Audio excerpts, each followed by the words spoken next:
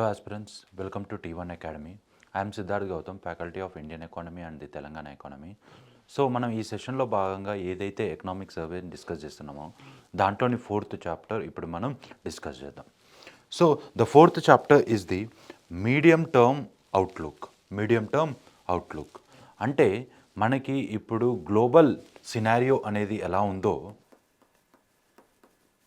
Global scenario with respect to global integration or what is called as globalization.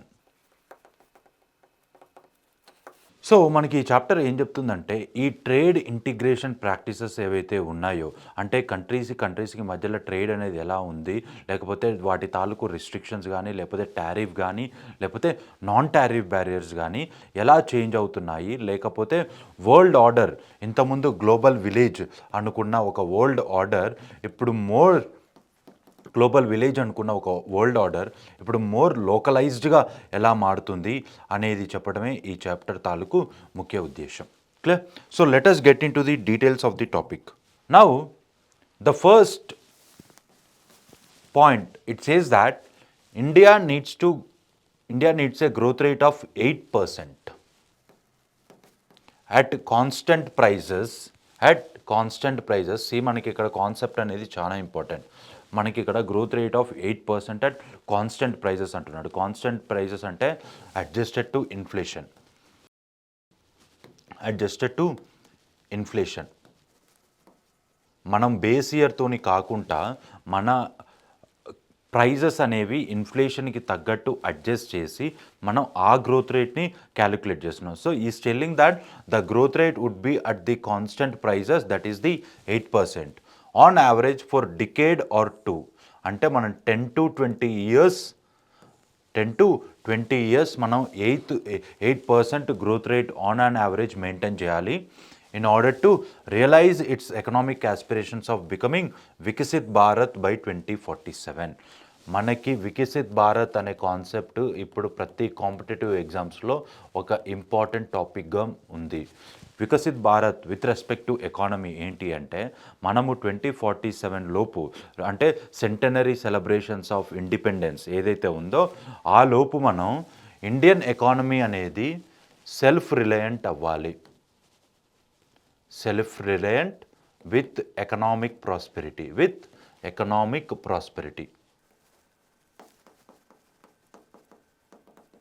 Self-reliant with economic prosperity. So the first line says that Indian economy need to grow at an average of 8% for at least 10 to 20 years in continuous to achieve the targets that we have set for ourselves, that is the Viksit Bharat 2047, the target of the self-reliance and the economic prosperity. Now, the World Economic Outlook, it is the report given by IMF. World Economic Outlook is the report given by IMF. మనము ఈ major institutions, financial institutions కానీ లేకపోతే global institutions ఏవైతే ఉన్నాయో వాటి తాలూకు రిపోర్ట్స్ని గుర్తుపెట్టుకోవడం చాలా important. ఎందుకంటే ఒకటి క్వశ్చన్ డైరెక్ట్గా రిపోర్ట్స్ ఏ ఇన్స్టిట్యూషన్ ఏ రిపోర్ట్ రిలీజ్ చేసిందని అడగవచ్చు, లేకపోతే రిపోర్ట్లో ఉన్న డేటా గురించి అడగవచ్చు. Like what is the rank of India according to global hunger index, లేకపోతే వరల్డ్ ఎకనామిక్ అవుట్లుక్.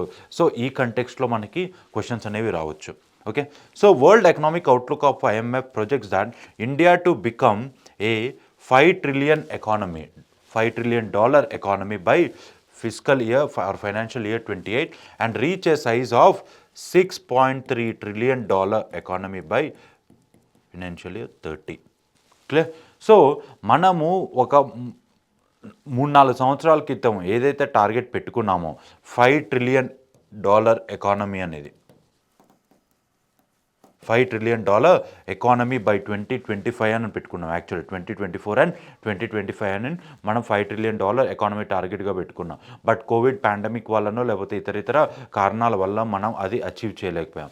ఇప్పుడు వరల్డ్ ఎకనామిక్ అవుట్లుక్ ఏదైతే IMF రిలీజ్ చేసిన వరల్డ్ ఎకనామిక్ అవుట్లుక్ ఉందో ఆ రిపోర్ట్ ప్రకారం మనం ఇండియా అనేది financial year are physical year 28 లోపు మనం ఈ $5 ట్రిలియన్ ఎకానమీని అచీవ్ చేస్తామన్నట్టు ప్రెడిక్ట్ చేస్తుంది. Next, the medium term growth outlook for India must be assess in context of new global reality.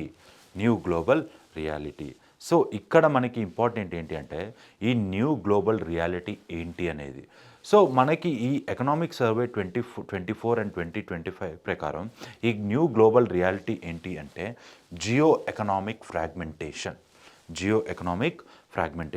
మనకి జియో ఎకనామిక్ ఫ్రాగ్మెంటేషన్ అంటే మనకి గ్లోబలైజేషన్ అనే కాన్సెప్ట్ తెలుసు. గ్లోబలైజేషన్ అంటే integrating the economies of all the countries. ఏవైతే countries ఉన్నాయో ఆ కంట్రీస్, ఏ country అయినా వాటి రిసోర్సెస్ లేకపోతే వాటి గూడ్స్ అండ్ సర్వీసెస్ పరంగా సెల్ఫ్ సఫిషియన్సీలో ఉండలేదు. ఓకే, సో అందుకనే వాటి గూడ్స్ కోసం లేకపోతే వాటి సర్వీసెస్ కోసం ఇతర దేశాలపైన ఆధారపడాల్సి వస్తుంది.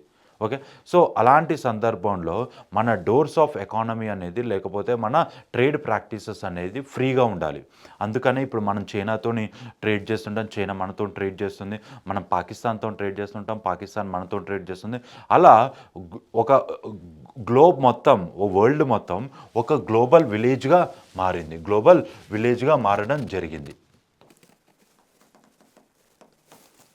Okay, where all the countries are dependent on each other in order to satisfy their needs. Okay, రా మెటీరియల్స్ పరంగా కానీ లేకపోతే ఫినిష్డ్ గూడ్స్ పరంగా కానీ లేకపోతే ఇతర services, tourism, banking services etcetera. So ఏవైతే ఉన్నాయో వాటి కోసం, ఏవైతే మన దగ్గర లభించట్లేదో వాటి కోసం మనం వేరే కంట్రీస్ పైన ఆధారపడాల్సి వస్తుంది. అదే globalisation is nothing but the integration of the world economies, global integration అంటాం. అయితే దానికి అగెయిన్స్ట్గా ఇప్పుడు గ్లోబల్ ఎకనామిక్ ఫ్రాగ్మెంటేషన్ అనేది ఒకటి జరుగుతుంది. మనకి ఈ గ్లోబల్ ఎకనామిక్ ఫ్రాగ్మెంటేషన్ అంటే ఏంటి అంటే ఇది ఒక పాలసీ డ్రివెన్ కన్సిడరేషన్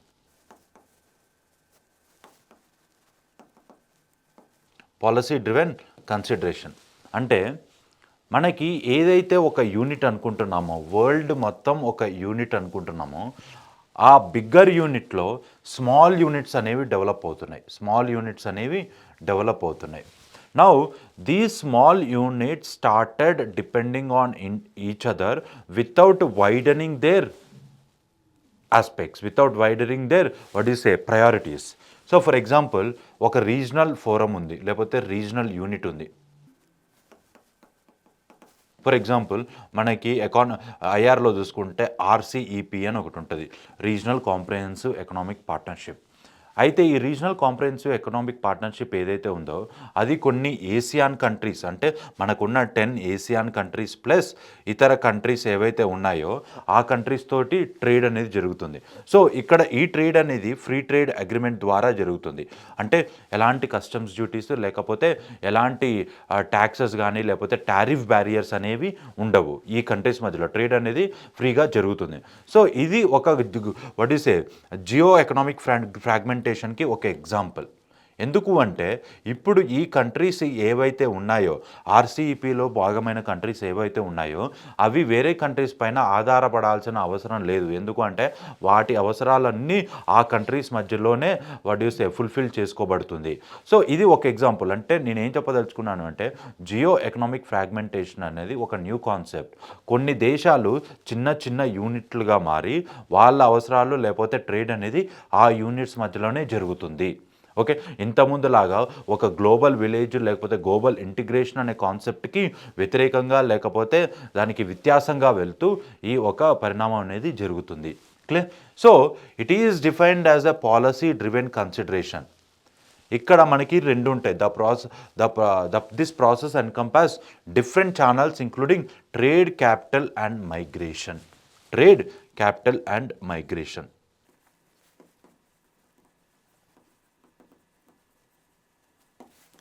ట్రేడ్ అంటే ఏంటి అంటే ఈ యూనిట్లోనే ట్రేడ్ చేస్తాం, లేకపోతే ఈ దేశాలతోటి ఫ్రీ ట్రేడ్ అగ్రిమెంట్ ఉంది కాబట్టి మన అవసరాలన్నీ ఈ దేశాలతోటే ఫుల్ఫిల్ చేసుకుంటాం, లేకపోతే ఈ దేశంలోనే పెట్టుబడులు పెడతాం. ఓకే, మనకందుకు పోయిన చాప్టర్లో చూసుకుంటే మనకి ఈ ఫ్రెండ్ షోర్ అనే కాన్సెప్ట్ ఉంది, అలా వచ్చిందే ఇది.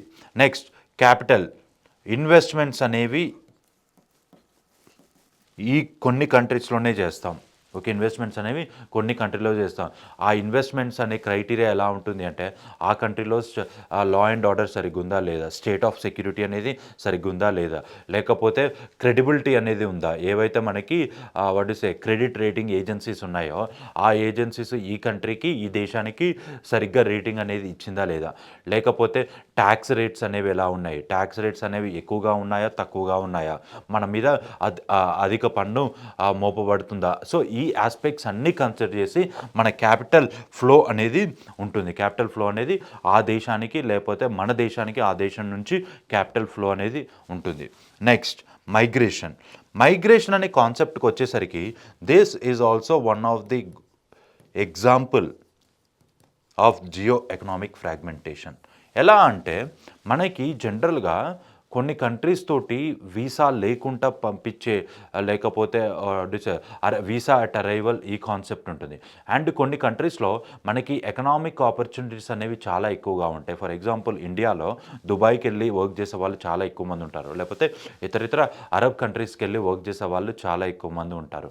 సో ఆ పరంగా చూసుకుంటే కూడా మన స్పాన్ ఆఫ్ స్పెక్ట్రమ్ అనేది అంటే స్పియర్ అనేది ఎక్కువగా పెంచుకోకుండా మన మైగ్రేషన్ లేకపోతే మనం ఇతర దేశాలకి వెళ్ళి పనిచేయడం అనేది కొన్ని దేశాల వరకే పరిమితం చేయడం జరుగుతుంది. So these are the examples of the geo economic fragmentation. Where the world is becoming smaller unit or the world is being divided into smaller units and these smaller units are trying to fulfill their basic necessities within them. అంటే వేరే దేశాల వైపు వెళ్ళకుండా, వేరే ఇతర things వైపు వెళ్ళకుండా వాళ్ళ పాలసీస్ తోటి, వాళ్ళ తాలూకు పాలసీస్ తోటి ఈ గ్లోబల్ ఇంటిగ్రేషన్ అనే కాన్సెప్ట్ ఏదైతే ఉందో అది రిస్ట్రిక్ట్ చేయడం జరుగుతుంది. Next, the global economic fragmentation is replacing globalization, leading to imminent economic realignments and readjustment. Okay, ఎందుకు అంటే మనకి ఇంతకుముందు అంతర్జాతీయ సంస్థలు ఏవైతే ఉన్నాయో, ఇంటర్నేషనల్ ఆర్గనైజేషన్స్ ఏవైతే ఉన్నాయో which are promoting the global trade or which are promoting the global integration. For example, best example is the international monetary fund. International monetary fund it emphasis on the global financial stability. So global financial stability అనేది ఎలా వస్తుంది అనే దాంట్లో లేకపోతే ఒక example ఏంటి అంటే, when the countries are under continuous trade practices, obviously ఆ గ్లోబల్ ఫినాన్షియల్ స్టెబిలిటీ ఒకటి. అండ్ ఇంకోటి ఏంటి అంటే గ్లోబల్ డిమాండ్ కూడా పెరుగుతుంది. పెరగడం జరుగుతుంది. మనం ఏదైతే ఫస్ట్ చాప్టర్లో చదువుకున్నామో గ్లోబల్ డిమాండ్ అనేది తగ్గిపోతుంది, దానివల్ల గ్లోబల్ గ్రోత్ రేట్ అనేది కూడా తగ్గిపోతుంది. అంటే దానికి one of the very good example is the geo economic fragmentation.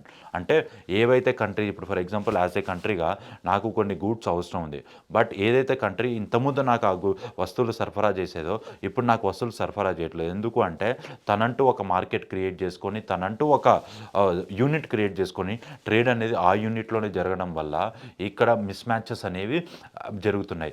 ఆ మిస్ మ్యాచెస్కి తగ్గట్టు గ్లోబల్ రీఅడ్జస్ట్మెంట్ అండ్ రీఅలైన్మెంట్ జరుగుతుంది. ఎకనామిక్ రీఅడ్జస్ట్మెంట్ అండ్ రీఅలైన్మెంట్ అనేది జరగడం జరుగుతుంది.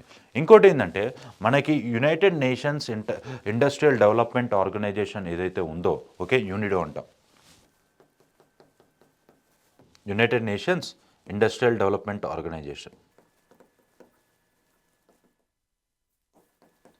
ఓకే, ఈ United Nations International Development Organisation China తాలూకు growth rate especially in manufacturing sector, okay, it projected that China will account for 45% of all global manufacturing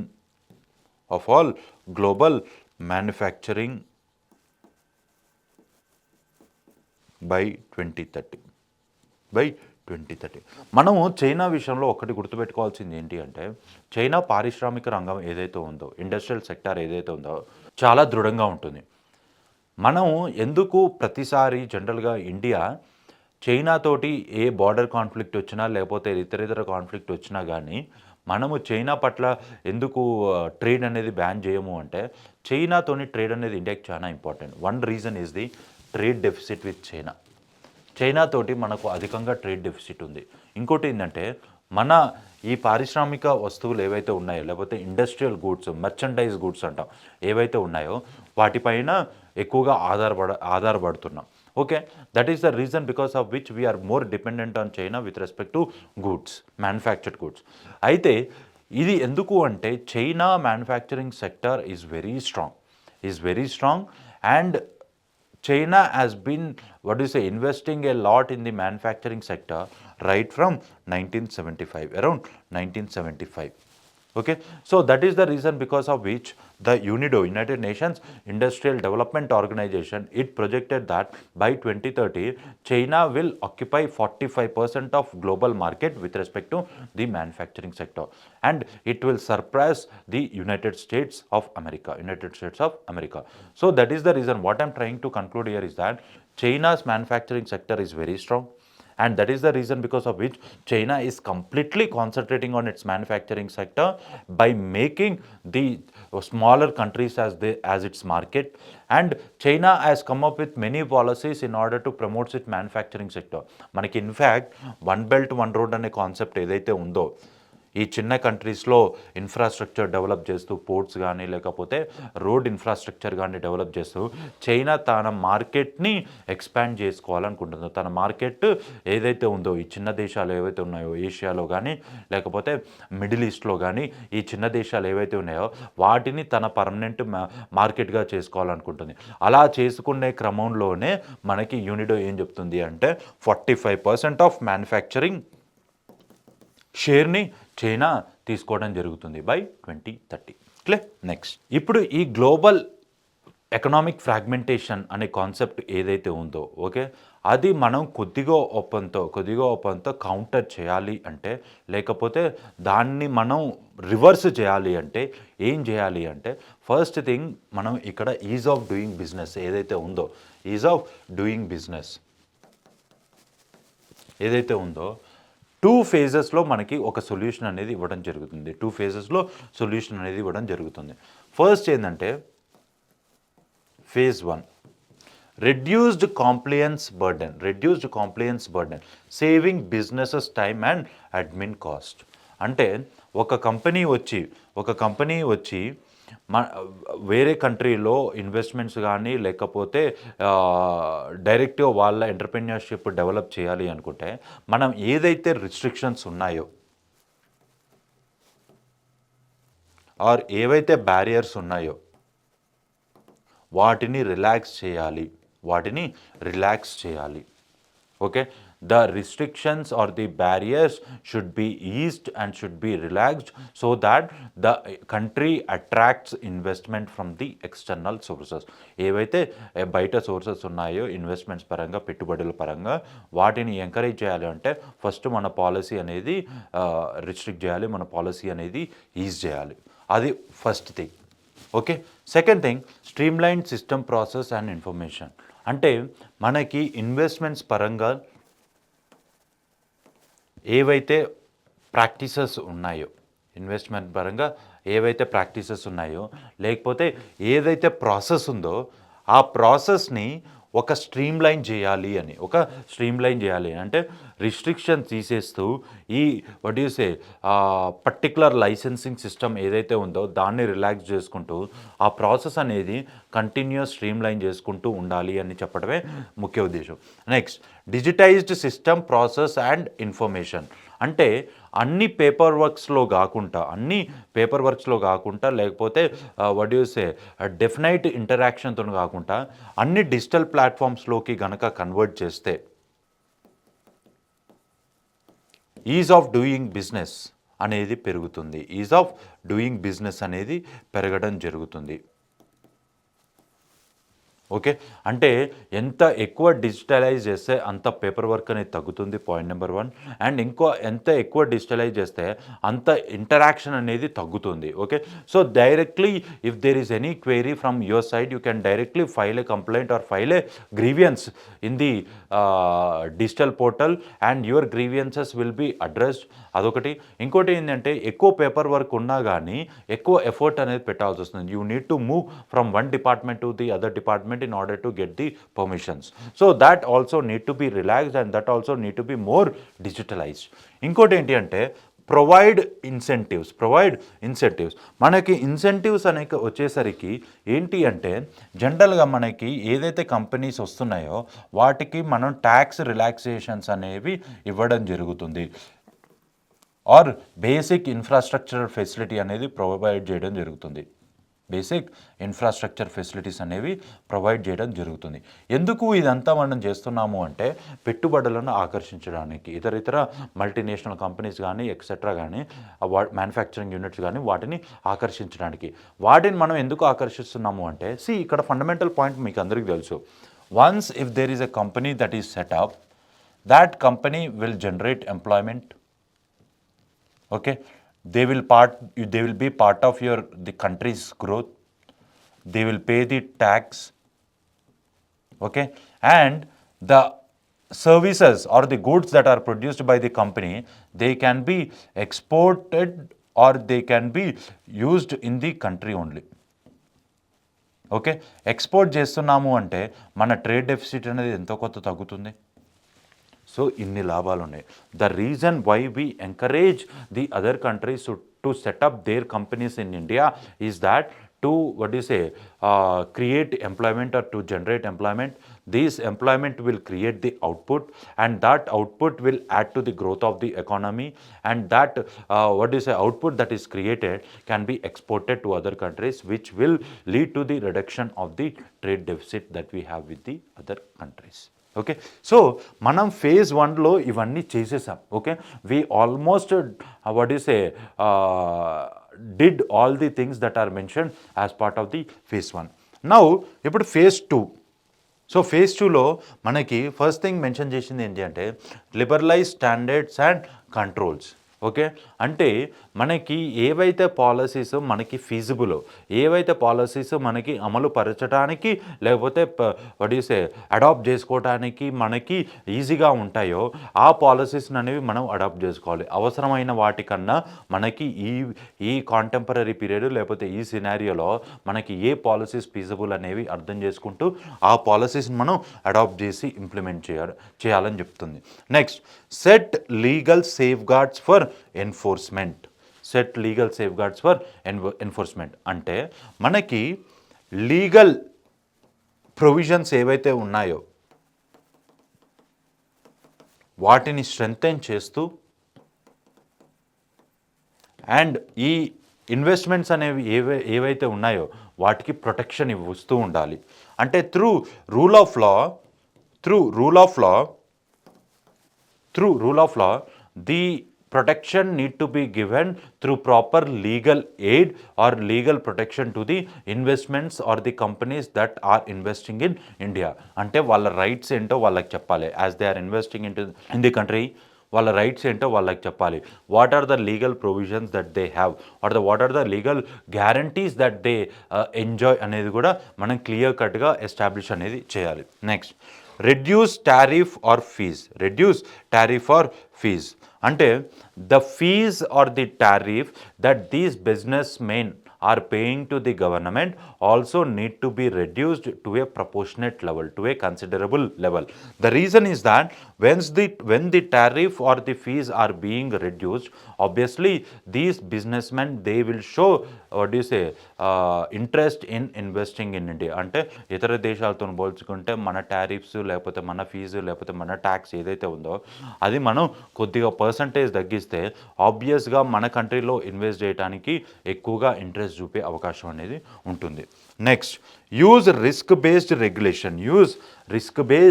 regulation. అంటే మనకి ఇక్కడ tailor legal norms to risk profile involving third parties. అంటే మనకి legal norms ఏవైతే ఉన్నాయో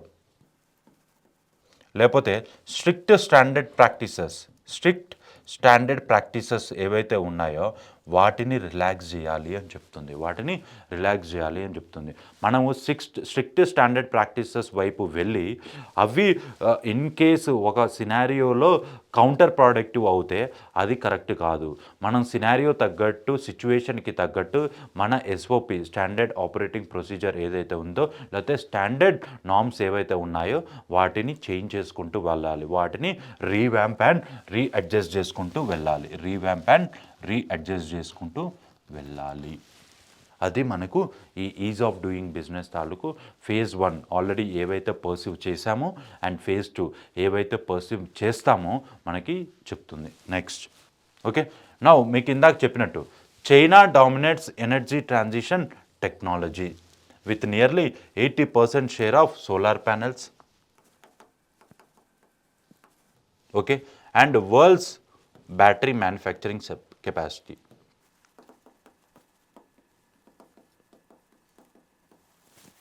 okay, మనకి China వరకు వచ్చేసరికి ఇంతకుముందు మీకు చెప్పినట్టు మనకి మ్యానుఫ్యాక్చరింగ్ యూనిట్లో చైనా అనేది చాలా స్ట్రాంగ్గా ఉండడం జరుగుతుంది. అయితే ఇప్పుడు చైనా ఏవైతే ఈ క్లీన్ ఎనర్జీ అనేది కాన్సెప్ట్ ఉందో,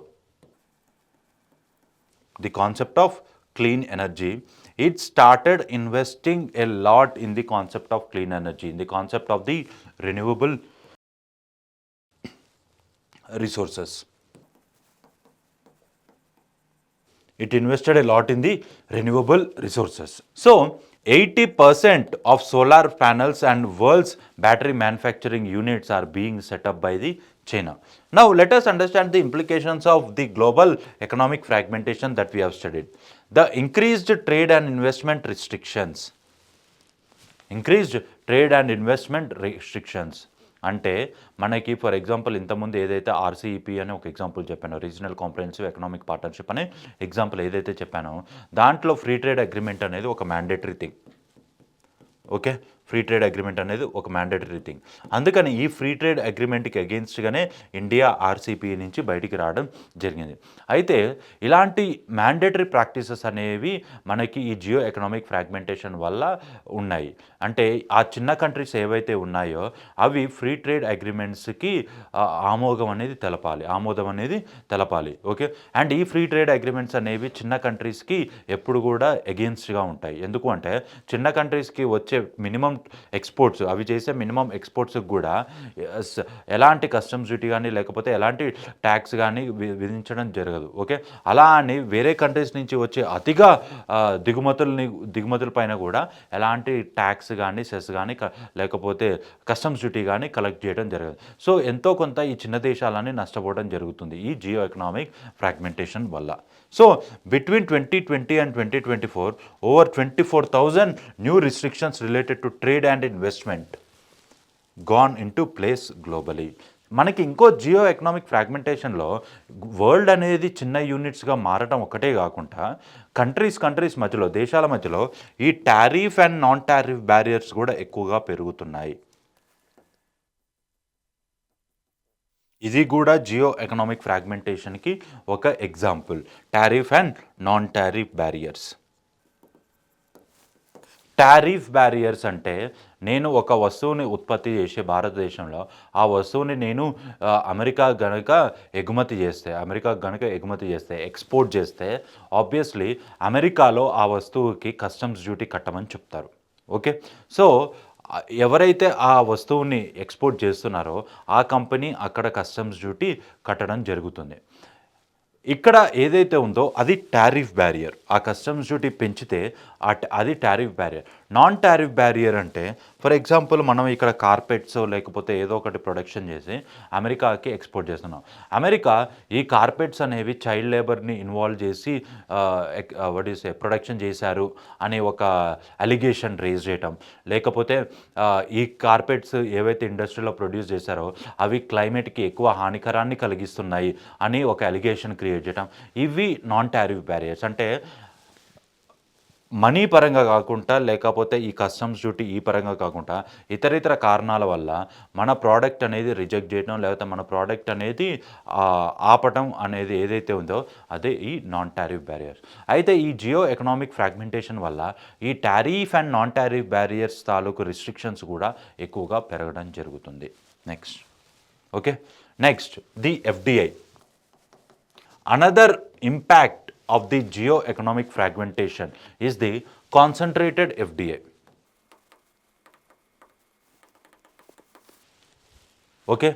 ఏదైతే ఈ ఎఫ్డిఐ అనేది ఒకటి ఉందో ఒకే మైండ్ సెట్తో ఉన్న దేశాలు లేకపోతే ఒకే గ్రూప్లో ఉన్న దేశాలు లేకపోతే ఒకే గ్రూపింగ్లో ఉన్న దేశాల మధ్యలోనే కాన్సన్ట్రేట్ అవ్వడం జరిగింది లేకపోతే స్టాగ్నేట్ అవ్వడం జరిగింది.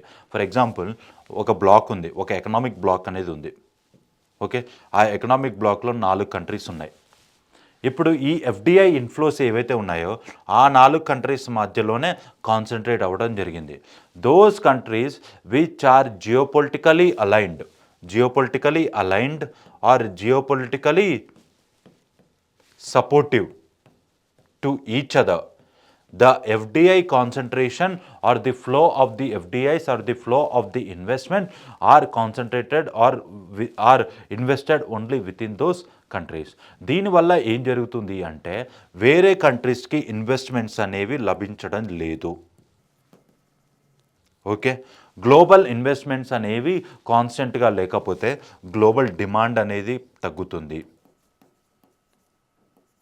గ్లోబల్ డిమాండ్ అనేది తగ్గటం జరుగుతుంది. ఎందుకు అంటే ఇన్వెస్ట్మెంట్స్ లేకపోతే కంపెనీస్ అనేవి సస్టైన్ అవ్వవు. తద్వారా అవుట్పుట్ అనేది ఉండదు. తద్వారా గ్లోబల్ డిమాండ్ అనేది తగ్గుతుంది. గ్లోబల్ డిమాండ్ తగ్గటం వల్ల మనకు వచ్చే పరిణామం ఏదైతే ఉందో అది ఇన్ఫ్లేషన్. మనము ఇంతకుముందు మాట్లాడుకున్నాం గ్లోబల్ ఇన్ఫ్లేషన్ కూడా పెరగడం జరుగుతుంది. ఎందుకు పెరగడం జరుగుతుంది అంటే ఇన్వెస్ట్మెంట్స్ లేకపోవడం ఒక కారణం అయితే ఇంకో కారణం ఏంటంటే supply chain management, the disruptions in the supply chain management. ఏదైతే సప్లై చైన్ మేనేజ్మెంట్ ఉందో దాంట్లో కూడా డిస్రప్షన్ జరగడం వల్ల మనకి ఈ గ్లోబల్ డిమాండ్ అనేది తగ్గడం జరుగుతుంది. Next deregulation and economic freedom. So ఇప్పుడు మనం ఏం చేయాలి అంటే ఈజ్ ఆఫ్ డూయింగ్ బిజినెస్ తాలూకు రికమెండేషన్స్ ఏవైతే ఉన్నాయో, phase 2 రికమెండేషన్స్ ఏవైతే ఉన్నాయో అవి మనం అడాప్ట్ చేసుకొని డీరెగ్యులేషన్ చేస్తూ ఎకనామిక్ ఫ్రీడమ్ అనేది ప్రమోట్ చేయాలి. అందుకనే దీన్ని మనం క్యాటలిస్ట్ అంటాం. క్యాటలిస్ట్ అంటే మనకు తెలుసు కెమికల్ రియాక్షన్లో ఒక కెమికల్ని క్యాటలిస్ట్ అంటే ఆ రియాక్షన్ని ప్రమోట్ చేస్తుంది, ఆ రియాక్షన్ని పెంచుతుంది. అలా మనకి ఇక్కడ ఎకనామిక్ ప్రాస్పెరిటీ అనే రియాక్షన్ ఏదైతే ఉందో, గ్లోబల్ ఇంటిగ్రేషన్ అనే ప్రాసెస్ ఏదైతే ఉందో దాన్ని మనం అడ్వాన్స్ చేయడానికి, దాన్ని మనం పుష్ చేయాలి అంటే మనకి global deregulation and economic freedom అనేది ఉండాలి. ఎలా ఉండాలి అంటే states can undertake systematic deregulation by reviewing regulations for their cost effectiveness by following 3-step process.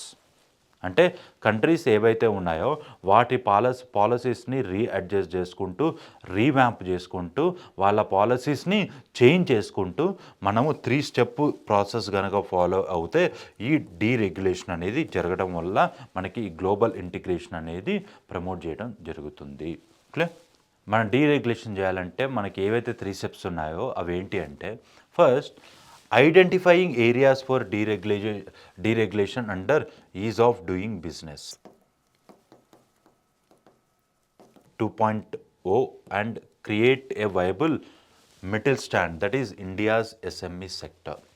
అంటే మనకి ఈజ్ ఆఫ్ డూయింగ్ బిజినెస్లో సెకండ్ ప్రొవిజన్స్ ఏవైతే ఉన్నాయో, సెకండ్ ఫేజ్డ్ ప్రొవిజన్స్ ఏవైతే ఉన్నాయో ఆ ఫేజ్ ఆఫ్ ప్రొవిజన్స్ని మనం కరెక్ట్గా ఇంప్లిమెంట్ అనేది చేయాలి. మనకి పాలసీ రిఫార్మేషన్ అనేది ఒకటి తీసుకురావాలి.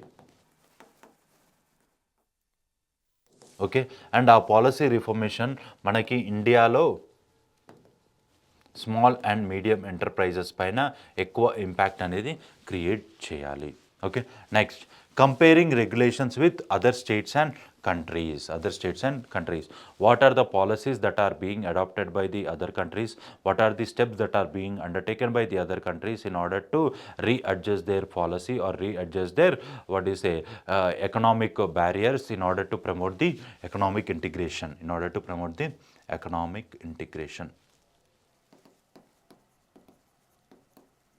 Okay, next, estimating cost of each of these regulations or individual enterprises. అంటే మనము ఇప్పుడు డీరెగ్యులేషన్ చేయడానికి మనం ఇంతకుముందు ఏదైతే మాట్లాడుకున్నామో సర్టెన్ ఇన్సెంటివ్స్ ఇవ్వాలి అనుకున్నాం, సర్టెన్ రిలాక్సేషన్స్ ప్రమోట్ చేయాలి అనుకున్నాం. ఇప్పుడు మనం ఇన్సెంటివ్స్ ఇచ్చి సర్టెన్ రిలాక్సేషన్ అని ప్రమోట్ చేస్తే అది మనకు ఎంత కాస్ట్ ఎఫెక్టివ్ లేకపోతే ఎంత కాస్ట్ బేరింగ్ అనేది కూడా మనం అర్థం చేసుకోవాలి అని చెప్తుంది. Next, now unleashing the domestic drivers of growth and economic freedom of individual and business. Okay, so మనం ఇప్పటివరకు ఏదైతే మాట్లాడుకున్నామో దాన్ని క్లుప్తంగా చెప్పుకోవాలి అనుకుంటే ఎకనామిక్ ఫ్రీడమ్ అనేది ప్రమోట్ చేయాలి అంటే, ఓకే, లేకపోతే ఎకనామిక్ ఫ్రీడమ్ అనే దాన్ని ఎన్హాన్స్ చేయాలి అంటే మనకి ఇండివిజువల్స్ అండ్ బిజినెస్ రెండు important. Individuals and business are both important. Okay, individuals and the business are both the means and the ends to unleashing internal growth levers.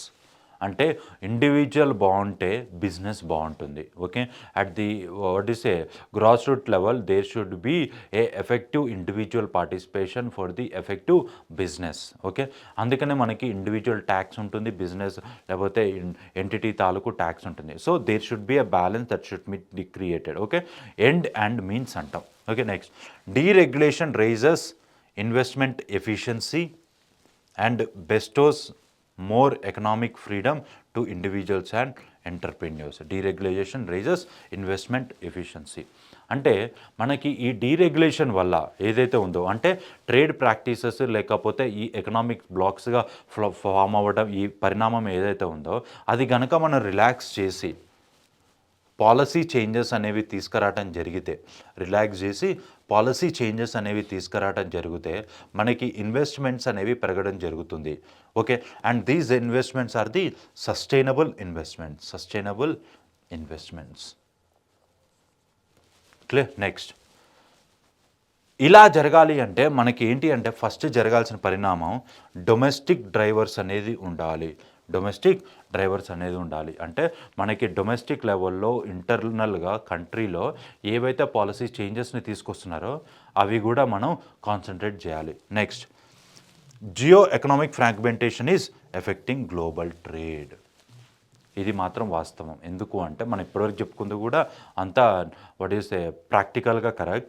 But ఇది మాత్రం ఎందుకు అంటున్నా అంటే మనకి గ్లోబల్ ట్రేడ్ ఏదైతే ఉందో now the demand is being decrease.